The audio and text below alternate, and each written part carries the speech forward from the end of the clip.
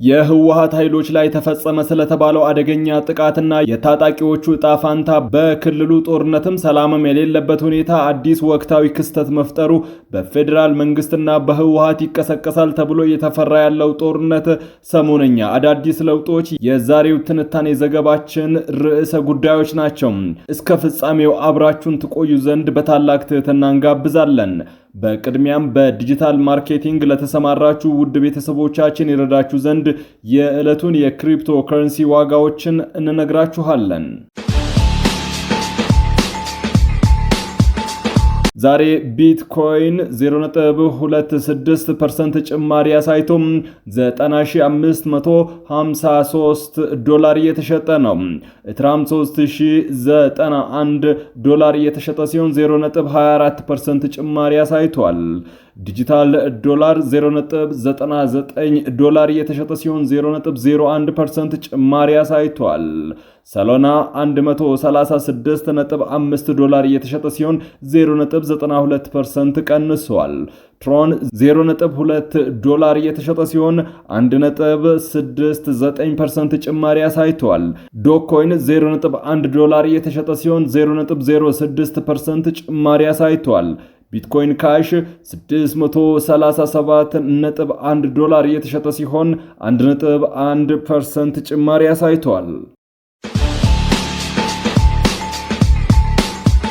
የፕሪቶሪያ ሰላም ስምምነት ከተፈረመ ከ2 ዓመት በላይ ቢሆንም በትግራይ ክልል ያለው ነባራዊ ሁኔታ በጦርነት ፍርሃትና በተስፋ ሰጪ ሰላም መካከል የተንጠለጠለ ሆኖ ቀጥሏል። የሰላምም ጦርነትም የሌለበት ሁኔታ ክልሉን ወደ ከፋ ማህበራዊ ኢኮኖሚያዊ ቀውስ የከተተው ሲሆን የፖለቲካ ትንታኔዎች እንደሚጠቁሙት ይህ ሁኔታ ሊያበቃ የሚችለው ግልጽና ቁርጠኝነት የተሞላባቸው ፖለቲካዊ እርምጃዎች ሲወሰዱ ብቻ ነው። በአሁኑ ወቅት ክልሉ በ3 አቅጣጫዊ ውጥረቶች ውስጥ ይገኛል። ይህም በህወሓት ውስጥ ያለው ጥልቅ የውስጥ ለውስጥ ክፍፍል እንዲሁም ከፌዴራል መንግስት ጋር ያለው ያልተቋጨ የድንበርና የጸጥታ ጉዳይ እንዲሁም ከጎረቤት ሀገራትና ክልሎች ቀጥተኛና ቀጥተኛ ያልሆኑ ተጽዕኖዎች ናቸው። ይህ አሻሚ ሁኔታ የሚያበቃበት አንዱና ዋነኛው መንገድ በህዝባዊ ወያኔ ሓርነት ትግራይ ህወሓት ውስጥ የተፈጠረው ክፍፍል የውስጥ ሽኩቻ እልባት ሲያገኝ ነው። በፓርቲው አመራሮች መካከል ያለው የርዕዮተ ዓለምና የስልጣን ክፍፍል የክልሉን ጊዜያዊ አስተዳደር ስራ ሽባ ከማድረጉም በላይ ህዝቡ በሰላም ስምምነቱ ላይ ያለው እምነት እንዲሸረሸር አድርጎታል። በመሆኑም የፓርቲው አመራሮች ወደ ጋራ ስምምነት መምጣት ካልቻሉ ወይም አዲስና ወጣት የፖለቲካ ኃይሎች በክልሉ አስተዳደር ውስጥ ሚና እንዲኖራቸው ካልተደረገም ክልሉ በፖለቲካዊ አለመረጋጋት ውስጥ ለረጅም ጊዜ ሊቆይ ይችላል። የውስጥ አንድነት መፍጠር ለፌዴራሉ መንግስት ጠንካራ አጋር ለመሆንም ሆነም የክልሉን ጥቅም ለማስከበር የመጀመሪያው ቅድመ ሁኔታ ነው። የፕሪቶሪያ የሰላም ስምምነት ሙሉ በሙሉ በተግባር አለመተርጎሙ ለዚህ ድንግዝግዝ ሰላም መቆየት ትልቁን ድርሻ ይዟል። በተለይም አሁን ድረስ በውጭ ኃይሎች እጅ የሚገኙ የትግራይ ግዛቶች ጉዳይ በተለይም ከአማራ ክልል የሚወዛገቡባቸው በተለይም የምዕራብ ትግራይ አካባቢዎችና የራያ አላማጣ አካባቢዎች የግዛት ጉዳይ፣ የተፈናቃዮች አለመመለስ፣ ለዳግም ግጭት መቀስቀስ እንደ አሳሳቢነት ሊወሰድ ይችላል። የፌዴራሉ መንግስት የክልሉን ድንበር ጥያቄዎች በህገ መንግስታዊ ማዕቀፍ ውስጥ ምላሽ እንዲያገኙ የጀመረውን እንቅስቃሴ አፋጥኖ ካላጠናቀቀም በክልሉ የሚታየው የጸጥታ ክፍተት ካልተሞላ የጦርነት ስጋቱ እያየለ መምጣቱን ይቀጥላል። ሁኔታው ሊያበቃ የሚችለው በክልሉና በማዕከላዊ መንግስት መካከል ያለው የመተማመን ደረጃ ሲጨምርና ወታደራዊ አማራጮች ሙሉ በሙሉ በፖለቲካዊ ውይይቶች ሲተኩ ብቻ ነው። ከዚህ ጋር ተያይዞ የኤርትራ ሰራዊት ከኢትዮጵያ ሉዓላዊ ግዛት መውጣት እና በክልሉ ደህንነት ላይ ያለውን ተጽዕኖ ማብቃት የዚህ ምዕራፍ ማጠቃለያ ወሳኝ አካል ነው። በትግራይ ህዝብ ዘንድ ያለው የደህንነት ስጋት የሚወገደው የውጭ ኃይሎች ጣልቃ ገብነት ሲቆም ብቻ በመሆኑ የፌዴራሉ መንግስት ይህንን ጉዳይ በዲፕሎማሲያዊ መንገድ መቋጨት ይጠበቅበታል። በተጨማሪም በክልሉ ያለው የሰብአዊ እርዳታ አቅርቦትና የወደሙ መሰረተ ልማቶችን መልሶ የመገንባት ስራ በተጨባጭ ውጤት ሲያሳይ ህዝቡ ትኩረቱን ከጦርነት ወደ ልማት ማዞር ይጀምራል። የኢኮኖሚ መነቃቃትና የንግድ እንቅስቃሴዎችን ወደ ቀድሞ ሁኔታዎች መመለስ ህዝቡ ሰላምን እንደ ብቸኛ አማራጭ አጥብቆ እንዲይዝ ያደርገዋል። በመጨረሻ ይህ የሰላምም ጦርነትም የሌለበት ሁኔታ የሚያበቃው ሁሉንም አካላት ያሳተፈ የሽግግር ፍትህ በብሔራዊ ምክክር ሂደት ፍሬ ማፍራት ሲጀምር ነው። በጦርነቱ ወቅት የተፈጸሙ በደሎች ተገቢውን ህጋዊ ማህበራዊ ምላሽ ካላገኙ በህዝቦች መካከል ያለው ቁርሾ ለወደፊቱ ግጭት እንደ ማገዶ ሆኖ ሊያገለግል ይችላል።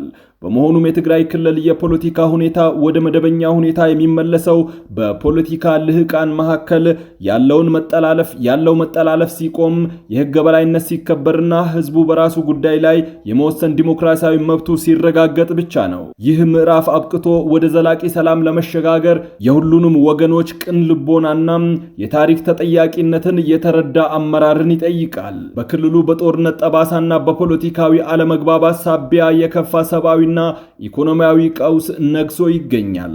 ክልሉ በአሁኑ ወቅት ሰላምም ጦርነትም የሌለበት ሁኔታ ውስጥ መቆየቱ በጦርነቱ እየወደሙ መሰረተ ልማቶች እንዳያገግሙ፣ የንግድ እንቅስቃሴዎች እንዳያንሰራሩ ትልቅ እንቅፋት ሆነዋል። አብዛኛው ኢንዱስትሪ ቀጠናዎች፣ የእርሻ መሬቶች አሁንም ከጥቅም ውጪ ሆነው መቆየታቸው በክልሉ ያለው የሥራ አጥነት በከፍተኛ መጠን የጨመረ ሲሆን፣ ይህ ደግሞ ማህበራዊ ቀውሱን ወደ ከፋ ደረጃ አሸጋግሮታል። በተለይም የክልሉን ምጣኔ ሀብት ደጋፊ የነበሩት ትልቅ ፋብሪካዎችና አምራች ዘርፉ በጦርነቱ መውደማቸውንና ተተኪ በጀት አለመመደቡ ክልሉን ሙሉ በሙሉ በእርዳታ ላይ ጥገኛ እንዲሆን አድርጎታል። ይህንን የኢኮኖሚ ቀውስ ይበልጥ ያባባሰው በፌዴራል መንግስትና በትግራይ ጊዜያዊ አስተዳደር መካከል ዋነኛው የውዝግብ መድረክ ሆኖ የቆየው የተፈናቃዮች ጉዳይ ነው። በክልሉ በተለያዩ መጠለያ ጣቢያዎች የሚገኙ በሚሊዮኖች የሚቆጠሩ ዜጎች ወደ ቀያቸው መመለስ ባለመቻላቸው በከፋ ችግር ውስጥ ይገኛሉ።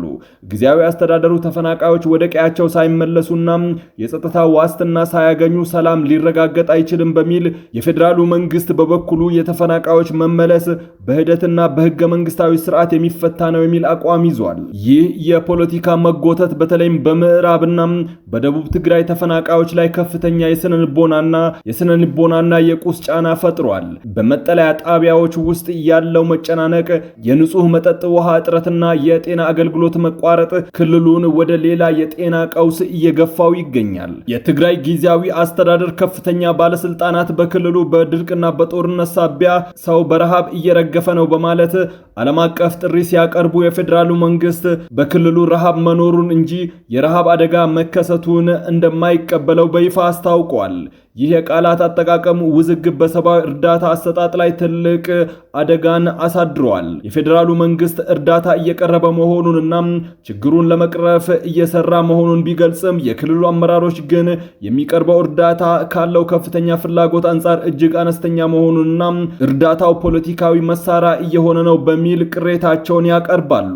ቀድሞውኑ በእርዳታ ስርቆት ምክንያት ተቋርጦ በነበረውና በቅርቡ በአነስተኛ መጠን በጀመረው የዓለም አቀፍ ለጋሾች ድጋፍ ሌላ ስጋት ሆነዋል። በክልሉ ውስጥ ባለው የመጠለያ ጣቢያዎች የሚገኙ እናቶችና ህፃናት በከፍተኛ የምግብ እጥረት እየተሰቃዩ ባሉበት ወቅት እንዲህ ያለው የፖለቲካ ውዝግብ የሰብአዊ ድጋፍ ስራውን እያዘገየው ይገኛል። ጊዜያዊ አስተዳደሩ የረሃብ አዋጅ እንዲታወጅ ሲወተውት የፌዴራሉ መንግስት ግን ይህንን መቀበል የሀገሪቱን ገጽታ ይጎዳል በሚል ስጋት መያዙም በሁለቱ አካላት መካከል ያለውን የመተማመን መንፈስ ክፉኛ ሸርሽሮታል። በትግራይ ክልል ያለው ሁኔታ ከጦርነቱ በኋላ የሚጠበቀውን መልሶ ግንባታ ሳይሆን የቀጠለው የሰብአዊ እርዳታ ቀውስ ነው። በፌዴራል መንግስቱና በጊዜያዊ አስተዳደሩ መካከል ያለው ቅራኔ በተለይም በተፈናቃዮች መመለስና በረሃብ ዕውቅና ዙሪያ ስምምነት ላይ አለመደረሱ በሚሊዮን የሚቆጠሩ ዜጎች ህይወትን ለአደጋ አጋልጠዋል። ይህ ሰላምም ጦርነትም የሌለበት ምስቅልቅል ሁኔታ ሊያበቃ የሚችለው ሁለቱም ወገኖች ከፖለቲካዊ ትርፍ ይልቅ ለሰው ህይወት ቅድሚያ በመስጠት ግልጽና ተጠያቂነት ያለው የሰብአዊ ድጋፍ ስርዓት ሲዘረጉና የተፈናቃዮች ጉዳይ በዝግታ ሳይሆን በአስቸኳይ መፍታት ሲጀምሩ ብቻ ነው። በምዕራብና የደቡብ ትግራይ አዋሳኝ አካባቢዎች ሰሞኑን በከባድ መሳሪያ የታገዘ ከፍተኛ የተኩስ ልውውጥ መደረጉ ቀጠናውን ወደ ከፋ የጸጥታ ስጋት እየቀየረው ይገኛል። ይህ አዲስ የውጊያ ምዕራፍ የተቀሰቀሰው ህወሓት በደቡብ ትግራይ አካባቢዎች የግዳጅ ውትድርና፣ የዘፈቀደ እስርና ህገወጥ ግድያዎች እየፈጸመ ነው በሚል በከሰሱት ታጣቂ ኃይሎች አማካኝነት ጥቃት መሰንዘሩን ተከትሎ ነው። እነዚህ የታጠቁ ኃይሎች የህወሓትን ድርጊት የህዝብን ሰላማዊ ህይወት ማናጋት በሚል የገለጹ ሲሆን በከፈቱትም ጥቃት በሁለቱም ወገኖች ላይ ከፍተኛ ሰብአዊና ቁሳዊ ጉዳት መድረሱ ተነግሯል። ይህ ሁኔታ ክልሉ አሁንም ቢሆን ከመደበኛ የጦርነት ስሜት አለመውጣቱንና የውስጥ ተቃውሞዎች ወደ ወታደራዊ ግጭቶች እያደጉ መምጣታቸውን በግልጽ የሚያሳይ ክስተት ሆኗል።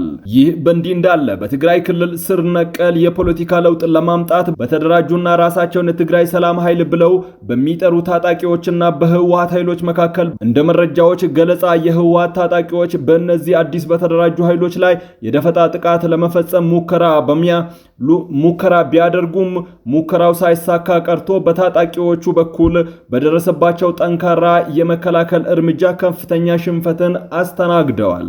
በዚህ ግጭት የህወሓት ታጣቂዎች መደምሰሳቸውንና ቁጥራቸው ቀላል የማይባሉ አባላት ደግሞ እጃቸውን መስጠታቸው ነው የተዘገበው።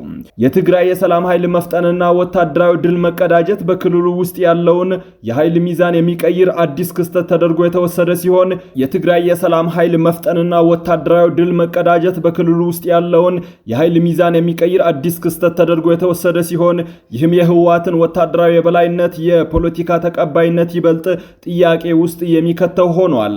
ይህ በአፋርና በትግራይ አዋሳኝ ድንበሮች ላይ የታየው ወታደራዊ ፍጥጫ ቀጠናው ምን ያህል ለግጭት ተጋላጭ መሆኑንም ያረጋገጠ ነው። ራሱን የሰላም ኃይል ብሎ የሚጠራው ቡድን በክልሉ የፖለቲካ ለውጥ ያስፈልጋል የሚል አጀንዳ መያዙም በህወሓት ውስጥ መዋቅር ላይ ከፍተኛ ስጋት የፈጠረ ሲሆን ድርጅቱ ይህንን ተቃውሞ በኃይል ለመደምሰስ የሚያደርገው ጥረት ግን ወደ ከፋ የእርስ በርስ ግጭት እያመራው ይገኛል። በአሁኑ ወቅት በምዕራብ ትግራይ፣ በደቡብ ትግራይና በአፋር ድንበሮች አካባቢ የሚታዩት እነዚህ ግጭቶች ክልሉን ከሰላምና ጦርነት የሌለበት ሁኔታ ወደ ግልጽ ጦርነትና የውስጥ አመጽ እያሸጋገሩት መሆኑን እየቀየሩት መሆኑን የፖለቲካ ተንታኞች ይናገራሉ። ክቡራትና ክቡራን የጥበብ ሚዲያ ቤተሰቦች የዛሬው ትንታኔ ዘገባችን በዚህ አብቅተዋል። ከኛ ጋር በመሆን መረጃን ከጥበብ ስለተከታተላችሁ ከልብ እናመሰግናለን። ለቤቱ አዲስ የሆናችሁ ሰብስክራይብ በማድረግ የደወል ምልክቷን በማብራት የቤቱ አባል ትሆኑ ዘንድ በታላቅ ትህትና ጋብዘን ተሰናበትን። ሰላም።